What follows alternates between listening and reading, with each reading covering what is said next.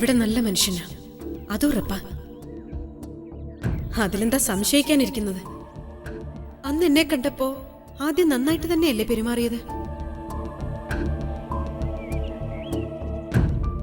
ഇത് അയാൾ തന്നെയാണെങ്കിൽ ഞാൻ എന്താ ഇപ്പൊ ചെയ്യണ്ടേ?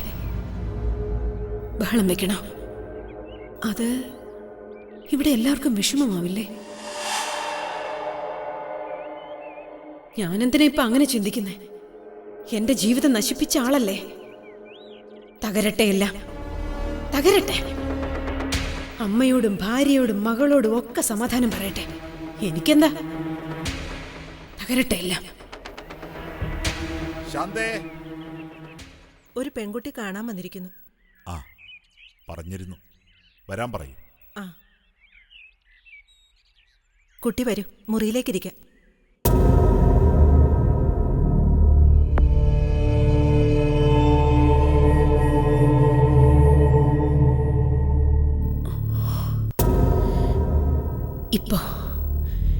ഇപ്പോ കാണും ഞാൻ അയാളെ.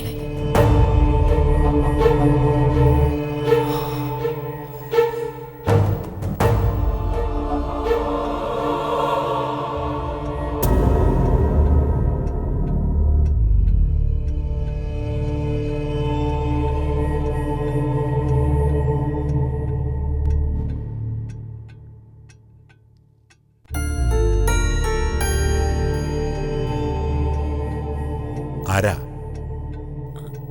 ഞാൻ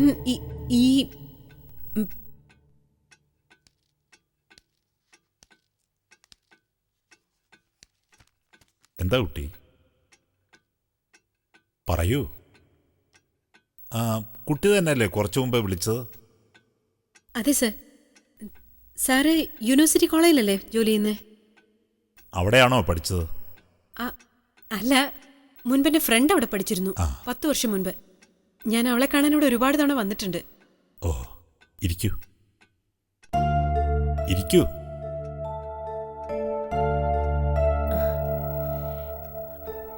അന്നൊന്നും ആർക്കും അറിയില്ലായിരുന്നു. അന്ന് ഞാൻ ഇത്രയൊന്നും അറിയപ്പെട്ടിരുന്നില്ല. കഥകൾ എഴുതും, പലർക്കും അയക്കും. ചേട്ടാ, ആ,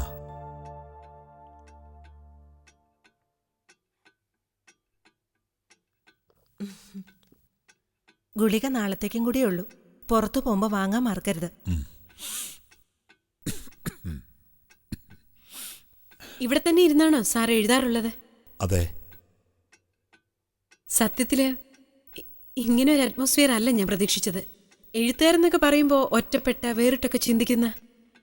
സാർ തെറ്റിദ്ധരിക്കണ്ട, വേണമെങ്കിൽ ഒരല്പം കിറുക്കുള്ള ഒരാളായിരിക്കുമെന്നാണ് ഞാൻ വിചാരിച്ചത്.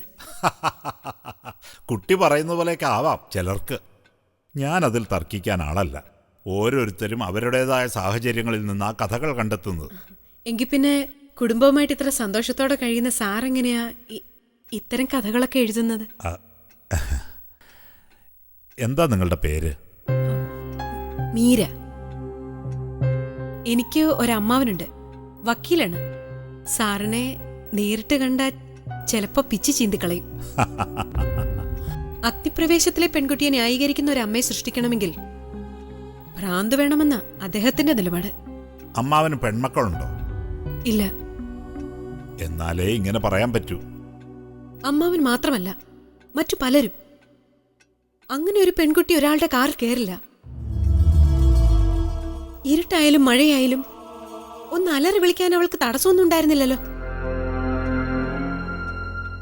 ആ പെൺകുട്ടി അത് ആഗ്രഹിച്ചെന്നോ വഴങ്ങിക്കൊടുത്തെന്നോ, അതോ നമ്മുടെ സമൂഹത്തിൽ ഒരു പെണ്ണിന് അതേ സാധിക്കുമെന്നോ? എന്താ സാർ അതുകൊണ്ട് ഉദ്ദേശിച്ചത്? മാതാപിതാക്കളുടെ ആശങ്ക സത്യമല്ലേ? എന്ത് ധൈര്യത്തിൽ അവർ പെൺകുട്ടികളെ കോളേജിലേക്ക് അയക്കുക?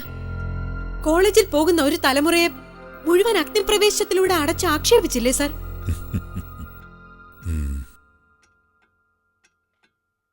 ഒരു കഥ ചർച്ചാ വിഷയമാകണമെന്ന് സാർ ഒരുപക്ഷെ ആഗ്രഹിച്ചിരിക്കാം.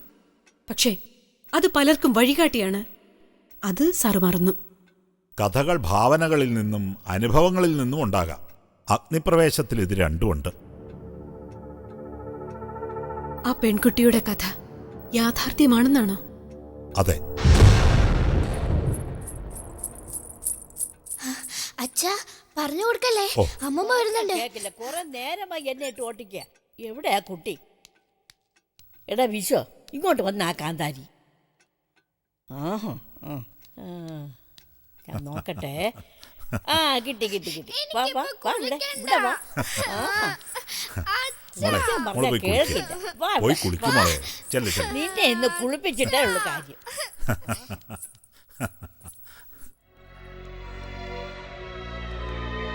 ഞാൻ ജോലി ചെയ്തിരുന്ന കോളേജിലാ അവൾ പഠിച്ചിരുന്നത്. സാറിന് ആ പെൺകുട്ടിയെ നേരിട്ടറിയാമോ? കണ്ടിട്ടുണ്ടാകാം. പലപ്പോഴും ലൈബ്രറിയൻ്റെ ഡ്യൂട്ടി ഞാൻ സ്വമേധയാ ഏറ്റെടുക്കാറുണ്ടായിരുന്നു. ഇപ്പം അവൾ എവിടെയാണ്, എങ്ങനെ ഇരിക്കുന്നു എന്നൊന്നും അറിഞ്ഞുകൂടാ. 10-12 വർഷമായില്ലേ. 12 വർഷങ്ങൾക്ക് മുൻപ് നടന്നൊരു സംഭവം, അതിനെക്കുറിച്ച് ഇപ്പോഴിങ്ങനെ എഴുതാൻ? അയാളെ എനിക്ക് നേരിട്ട് പരിചയമുണ്ട്. കുറച്ചു നാൾ മുമ്പൊരു ദിവസം അയാൾ മകളുമായിട്ട് കോളേജിൽ വന്നിരുന്നു, അവളുടെ അഡ്മിഷന്.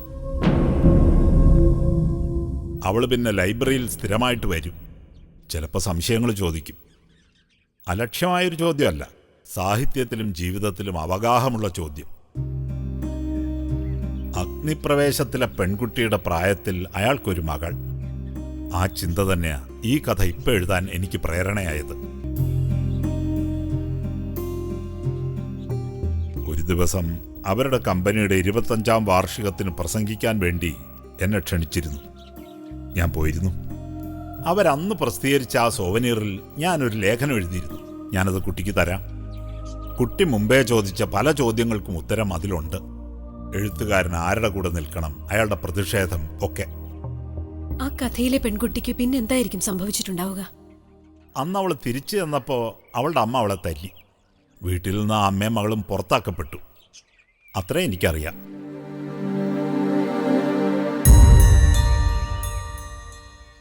കാതടപ്പിക്കുന്ന ഒരു ശബ്ദം കേൾക്കുമ്പോൾ അമ്മ കുഞ്ഞിൻ്റെ കാതുകൾ പൊത്തും.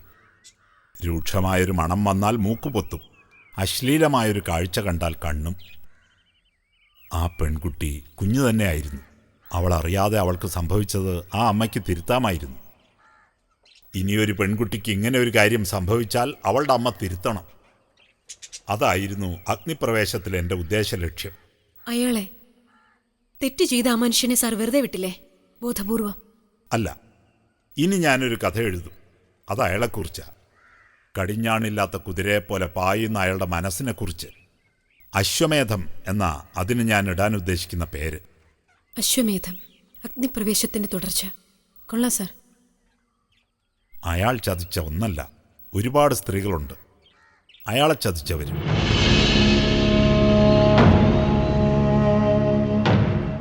അശ്വമേധം ഒരു കഥയായി തീരുമോ എന്ന് എനിക്കറിയില്ല.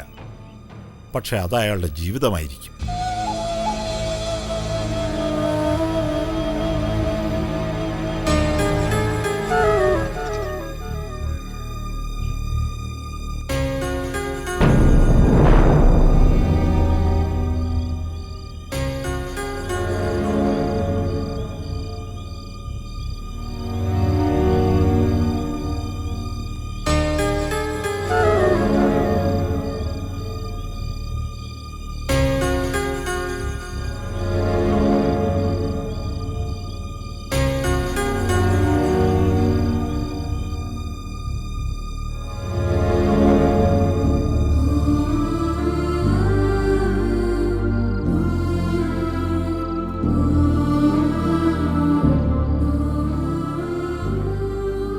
കാണണ്ടേ നിനക്കയാളെ? നിന്നെപ്പോലെ ഒരുപാട് പെണ്ണുങ്ങളുണ്ടത്രേ അയാളുടെ ജീവിതത്തില്. അവരെല്ലാവരും നിന്നെപ്പോലെ ജീവിതം ത്യജിച്ചവരാണോ? ഒരാളെങ്കിലും ഒരിക്കലെങ്കിലും അയാളെന്ന് തെരഞ്ഞു ചെല്ലണ്ടേ? വേണം. നീ പോകുന്നു. ജീവിക്കുന്നവരെ ജീവിക്കാത്തവൾ കാണുന്നു. ജീവിതത്തിന്റെ പുതിയ പാഠം.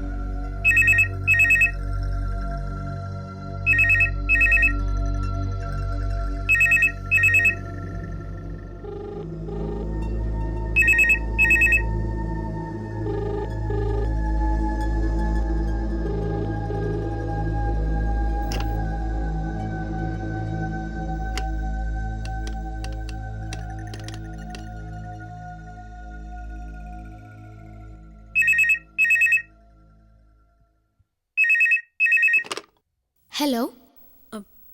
മിസ്റ്റർ പ്രഭുവിൻ്റെ വീടല്ലേ? അതെ, അച്ഛനിവിടെ ഇല്ല. എനിക്കൊരു അത്യാവശ്യ കാര്യമുണ്ടായിരുന്നു. ഒന്ന് ഹോൾഡ് ചെയ്യൂ, ഞാൻ ചോദിച്ചിട്ട് പറയാം.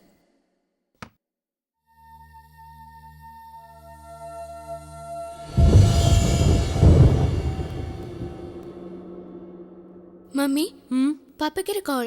എപ്പോ വരും? എനിക്കറിയില്ല. രാവിലെ ഫോൺ വന്നിരുന്നു. എയർപോർട്ടിലേക്ക് കാറ് പോയിട്ടുണ്ട് എന്ന് കരുതി വരുമെന്ന് ഉറപ്പിച്ച് പറയാനൊന്നും പറ്റില്ല. എയർപോർട്ടിൽ നിന്ന് തന്നെ വേറെ എവിടേക്കെങ്കിലും പോകാനും മതി. ആരറിയുന്നു ഇതൊക്കെ? അവര് ഹോൾഡ് ചെയ്യാ മമ്മി. ഓഫീസ് നമ്പർ കൊടുത്ത് റാബുവിനെ വിളിക്കാൻ പറ. എന്തിനാ വീട്ടിലേക്ക് ഫോൺ ചെയ്യുന്നത്? ശല്യങ്ങള്.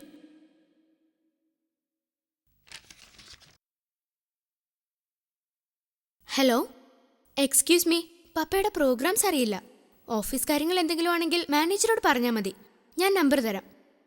വേണ്ട, ഞാൻ പിന്നെ വിളിച്ചോളാം. Your good name? Ganga.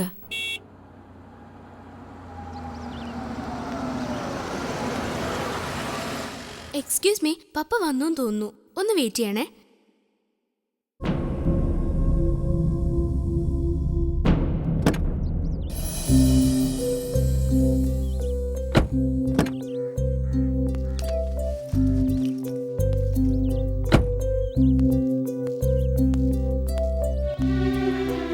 Hi മോളെ.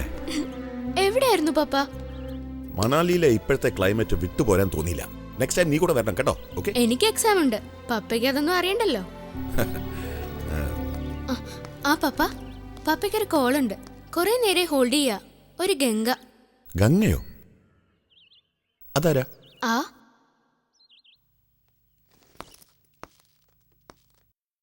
Hello, Prabhu here. Hello hello. ഞാൻ ഗംഗയാണ്. ഏത് ഗംഗ? നിങ്ങൾക്ക് എൻ്റെ പേരറിയില്ല. ഒരുപക്ഷെ നേരിട്ട് കണ്ടാൽ മനസ്സിലാവും. എനിക്ക് നിങ്ങളെ ഒന്ന് കാണണം. കാര്യം എന്താന്ന് പറഞ്ഞോളൂ. അത് ഫോണിൽ സംസാരിക്കാൻ മാത്രം സിമ്പിൾ അല്ല. C, I M quite busy now. അതിൻ്റെ ഇടയിൽ ഇത്തരം ദുരൂഹതകൾ വന്നേ പറ്റൂ.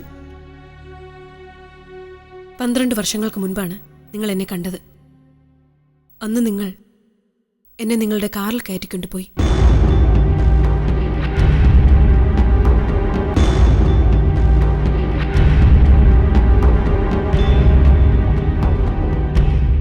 അന്ന് രാത്രി തോരാതെ പെയ്യുന്ന മഴയിൽ ഐലൻഡ് ഗ്രൗണ്ടിൽ വെച്ച്. ഇപ്പോഴോർമ്മ വരുന്നുണ്ടോ എന്നെ?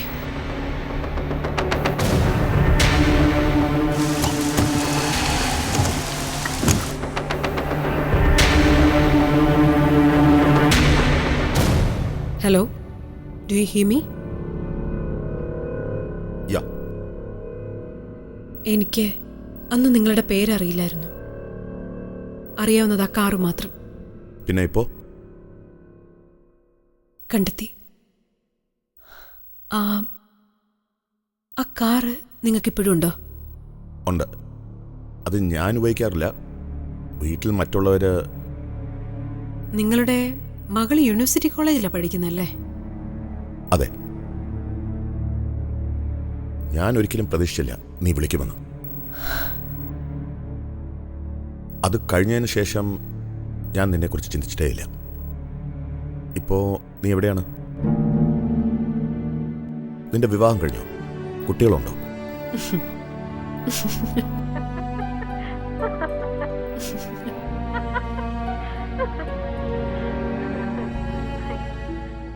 എന്താ ഇങ്ങനെ ചിരിക്കുന്നത്?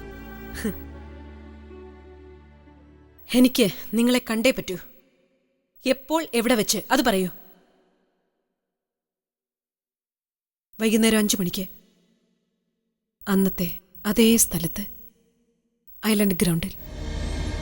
വരില്ലേ? യാ, വരാം.